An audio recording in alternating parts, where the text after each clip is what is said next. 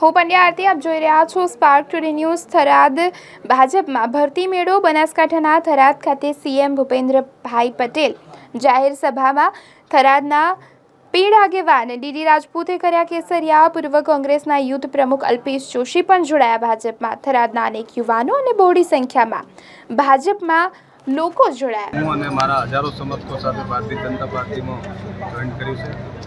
છેલ્લા 10 વર્ષથી ભારતના પ્રધાનમંત્રી તરીકે અને ગુજરાતના મુખ્યમંત્રી તરીકે જે નરેન્દ્ર મોદી સાહેબે કામગીરી કરી અને આજે જે આપણો દેશ દુનિયાની અંદર દેશનો ડંકો વાગી રહ્યો છે, સામાન્યમાં સામાન્ય માણસની કરી અને દેશમાં જ્યારે પ્રગતિ થઈ રહી એનો લાભ મળી રહ્યો, સામાન્ય માણસને પણ એનો લાભ મળી રહ્યો હોય, દેશ ખુશખુશાલ હોય, દેશની તિરંગાની આન બાન શાનનું જ્યારે આપણે ગૌરવ સાથે જ્યારે એનું સન્માન કરી રહ્યા હોઈએ ત્યારે એનાથી પ્રભાવિત થઈ અને છેલ્લે જ્યારે હજારો વર્ષનું હિન્દુઓનું એક પ્રતિક સમાન રામ મંદિરની પણ પ્રતિષ્ઠા મોદી સાહેબના નેતૃત્વમાં થઈ હોય ત્યારે હું મારા અંદરના અંતરના આત્માને અવાજને સાંભળી અને ભારતીય જનતા પાર્ટીમાં આજ જોઈન કર્યું।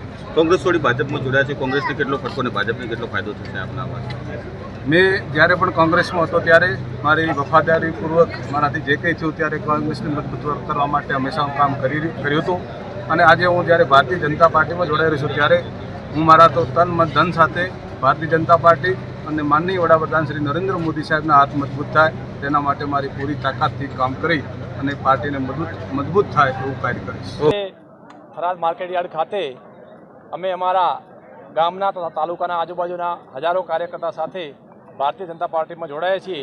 એની અમને ખૂબ ખૂબ ખુશી છે, કેમ કે નરેન્દ્રભાઈ મોદીની આગેવાની હેઠળ જ્યારે આ દેશની અંદર જે વિકાસના કામો થઈ રહ્યા છે, જેવી કે 370 કલમ છે, રામ મંદિરનું નિર્માણ, આવા તો અનેક કામો નરેન્દ્ર મોદી સાહેબે જ્યારે કર્યા છે એની પ્રેરણા લઈ અને અમે પણ આ બધા અમારા કાર્યકર્તાઓ મિત્રો સાથે આજે ભારતીય જનતા પાર્ટીનો ખેસ ધારણ કર્યો છે, જેને અમને એની ખૂબ ખૂબ ખુશી છે અને દેશ આ દિશામાં ખૂબ આગળ વધે એવી પ્રાર્થના કરીએ। કોંગ્રેસમાં શું હોદ્દો હતો અને છેડો ફાડ્યો છે, ભાજપ માટે કેવા પ્રકારની કામગીરી કરશે?